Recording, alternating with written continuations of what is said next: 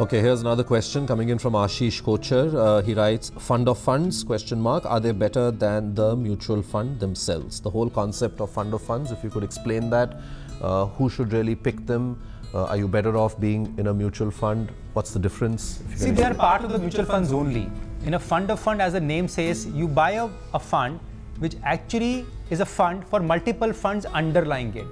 It was very much in vogue earlier, but then it, I think, doesn't seem very popular now anymore. It was not, and I'm surprised. Why? Because earlier the charges were separately of each fund, clubbed under one fund, hence it became an expensive fund. But now there's a cap on how much you can charge in the main fund.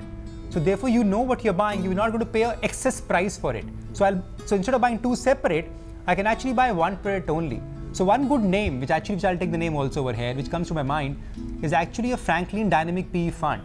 Now, interesting concept. The fund has underlying two funds.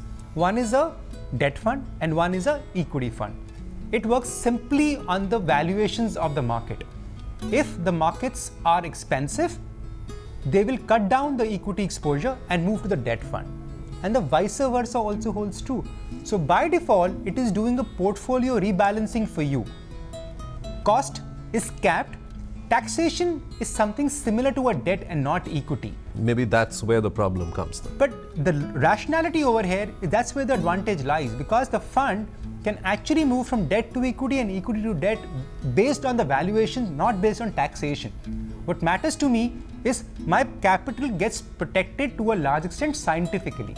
It may go down, but the intentions of capital protection are quite imminent over here.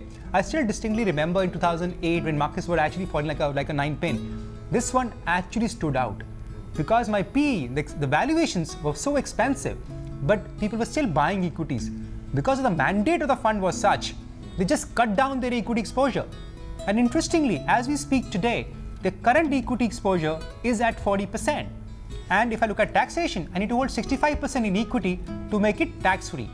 The message over here is these are good funds to look at. You need to understand how these funds really behave. And if these funds can be considered, look at the options available and then pick your choice.